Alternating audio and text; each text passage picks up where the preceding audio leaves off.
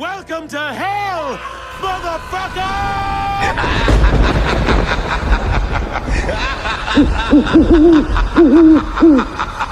Welcome to the Pic-a-Flic Scary Series, where the Western Wonder will be uncovering a series of reviews for several horror movies that are sure to keep you in the Halloween spirit.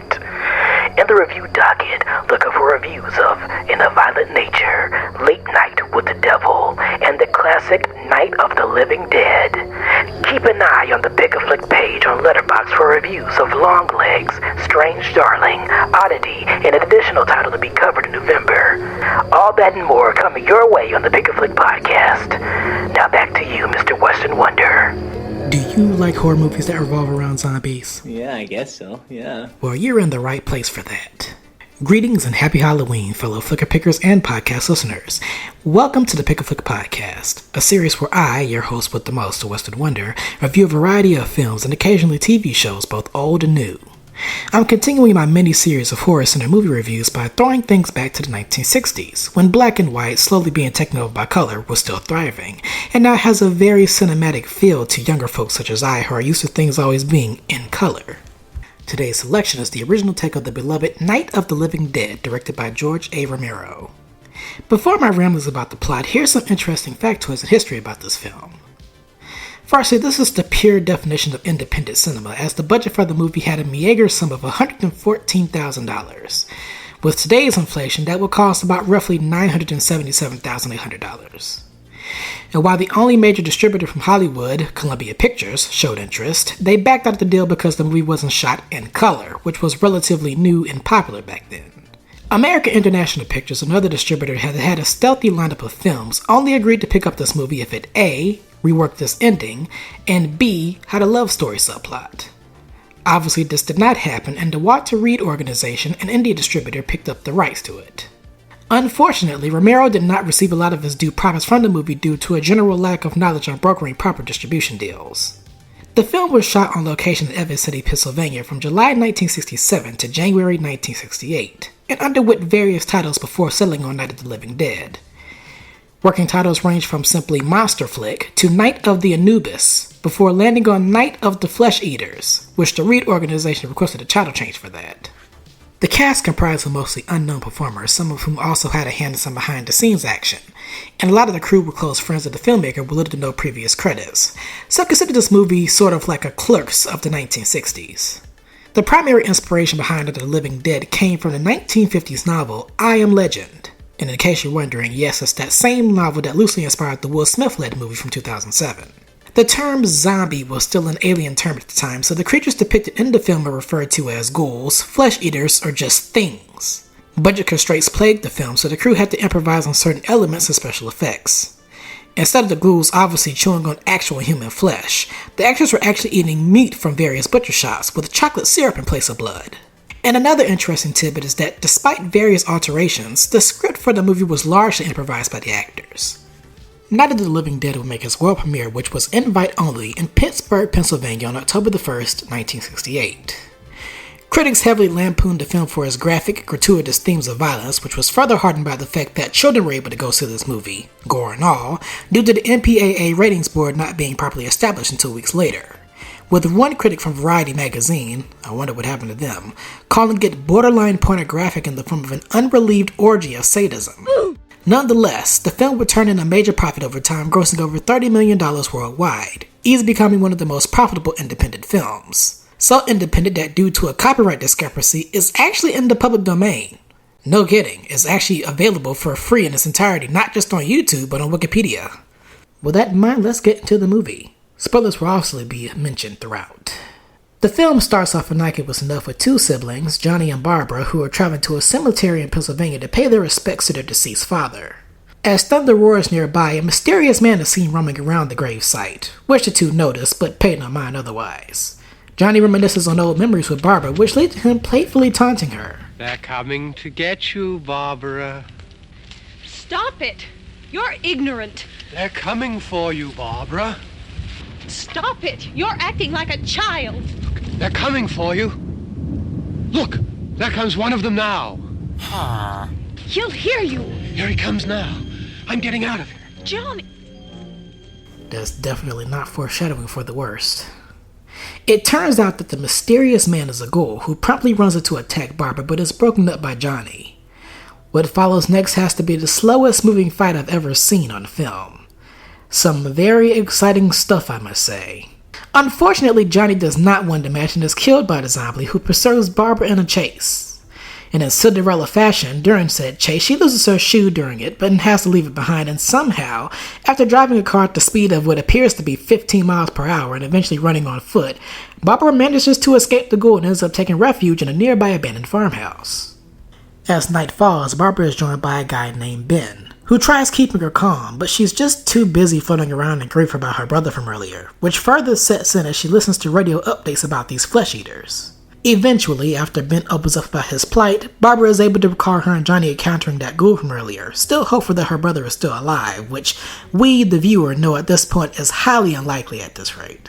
As Ben is boarding the house up, more characters emerge from a secret cellar to help out. Well, most of them anyways, as the ghouls from outside get angrier and hungrier for actual flesh and blood. So this would be my cue where I have comments on the characters to make here. Firstly, I'd hate to get stuck with Barbara. Most of the time she's too filled with shock to have too much input on anything that transpires in the house. She's just kind of there, you know, not very helpful. I did read that the 90s take on this movie gives more to do, so perhaps I'll check that one out later. Ben, who's brilliantly played by Dwayne Jones, was a really cool guy and very progressive for the time period that the movie came out, with a black character in a leading role that is portrayed as strong, brave, and very heroic, and on top of that isn't taking any shit from anybody. You're crazy. Those things are going to be at every window and door in this place. We've got to get down into the cellar. Go down in your damn cellar. Get out of here! I'm taking the girl with me. You leave her here. Keep your hands off her. And everything else that's up here, too. Because if I stay up here, I'm fighting for everything up here. And the radio and the food is part of what I'm fighting for. Now, if you're going down the cellar, get. The man's insane. He's insane. We've got to have food down there. We've got a right. This is your house. We've got a right. You going down there with him? Well, Yes or no? This is your last chance. No beating around the bush. listen, I got a kid down there. She can't possibly, I couldn't bring her up here. She can't possibly take all the racket and those things smashing through the windows. Well, you're her father. If you're stupid enough to go die in that trap, that's your business. However, I am not stupid enough to follow you. It is tough for the kid. That old man is so stupid. Now, you get the hell down in the cellar. You can be the boss down there. I'm boss up here. You bastards. Bonus points for him having to endure some annoying people in that house. I could have never been able to handle that. The moment where Barbara slaps him only to get sucker punched by Ben was also a wild moment, but then again, this was the 60s. Surely nothing would happen to our hero and he'll survive after all of this in the end. Please! Please! Another character that I will bring up is one that I staunchly despise with every fiber of my being. I never thought I'd say this to a character with this particular name since the Home Alone franchise, well at least the first two films that people such as I acknowledge. But fuck Harry in that little cellar that he was hiding with his family in. He was already aggravating from the moment he started criticizing the way Ben boarded up the house, and his hesitance to help him when the zombies started to overcrowd during the climax of the movie multiple times sealed the deal that he's just a dead-weight selfish individual. Listen, if Harry has 1 million haters, then I'm one of them. If Harry has 10 haters, then I'm one of them.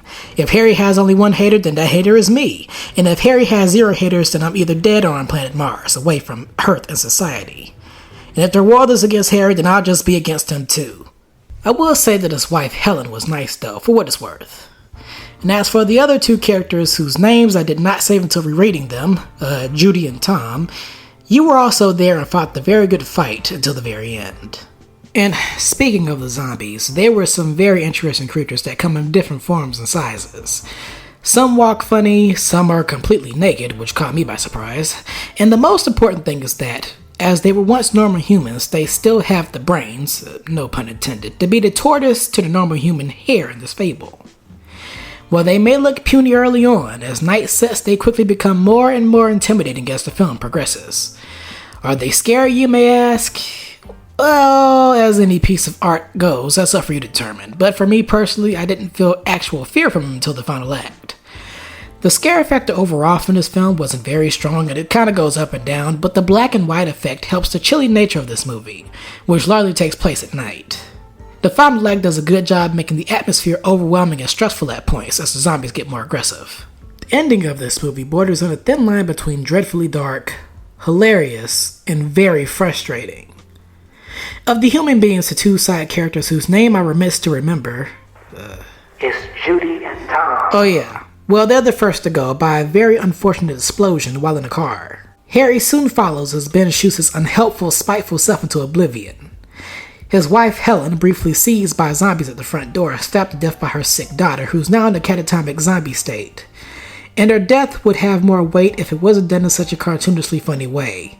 Over-the-top screaming with an echo effect. Still, it holds up very well considering this is her daughter killing her mother. The next to go is the shaken and stunned Barbara, who's taken by the zombie horde after she recognizes Johnny from the crowd. And I have to say it, but that hairy guy was right about one thing. The cellar was the safest place in that house, as Ben is able to seek shelter in there, after taking out Harry and Helen in their zombie forms, of course. He makes it through the night, and the following morning, a group of zombie hunters succeed in taking down the horde, and in an unexpected, yet still frustrating conclusion, our heroic lead Ben is shot down by the rednecks and dies upon impact. No! And that's the movie. I proceeded to sit there in silence and pissed off for several minutes because of fucking course this would happen to our hero. And while I do respect the director's assertion that there was no racial undertone to the conclusion, I mean, after all, the character of Ben was meant to be a profane yet useful truck driver that wasn't determined by race, but was revealing what Dwayne Jones, a black man, was cast. The ending takes a lot more weight considering the race issues that were going on at that time. The breaking point being the tragic assassination of one late Dr. Martin Luther King Jr. months prior to this film's release. The still images as the credits roll are also chilling as well, in a stark contrast to the first half of the movie where things were cartoonishly goofy at points. The final verdict on the Pic-a-Flic rating scale, I'll have to give Night of the Living Dead a light 4 out of 5 skulls. Thankfully, this was the right movie that I could break my chain of nothing but 3.5 ratings with my recent movie watches. It's some stunning cinema. The story was engaging throughout with some interesting characters and a booming score to bat. And while the effects may be a bit dated, it changed the game for horror movies involving zombies and making them a lot more disgusting and creepier to look at. And of course, transitioning to color helps that notion. I highly recommend this movie for you to watch. I had a lot of fun watching this up until the final moments where I was literally at the edge of my seat. And a big props to everyone involved working on this movie that had a limited budget. And that about wraps up my thoughts on this movie. If you enjoyed this episode and you'd like to be among the first to get notifications on when new reviews drop, be sure to subscribe to the pod wherever you listen to said shows, and tell a friend to tell another friend to check out the pod. Also, if you want to follow the show on social media, we can be found on Twitter, Instagram, and TikTok under the username handle at Pic-a-Flic Pod. That is at PICAFLICPOD. If review logging is your thing, then you might be familiar with the platform Letterboxd, where you can also find non-audio exclusive reviews I do under the aforementioned Pic-a-Flic Pod username. I recently put out many reviews for Anna Kendrick's chilling directorial debut, Woman of the Hour from Netflix, as well as the Nicolas Cage-led horror film Longlegs, so be sure to check out those films if you haven't seen them. Once again, thank you all for tuning in to yet another review, and I hope you check out the next one. Be sure to stay tuned for my podcast sponsor that pops up at the end of this episode. But until then, this is the Western Wonder, and I'm signing out. Peace. Bye, have a great time. Hey Mark, I was listening to Paramore the other day, and it really made me think about the amygdala and the limbic system. You just made those words up, didn't you? What, Paramore? We're the Nevermind the Music podcast, where one musician and one psychologist talk songwriting and the mind, one song at a time. We'll hear everything from Green Day and Outkast to Stevie Wonder and Dua Lipa. And we mostly try to stay on topic. Except for when we don't want to. Nevermind the Music, wherever you get your podcasts.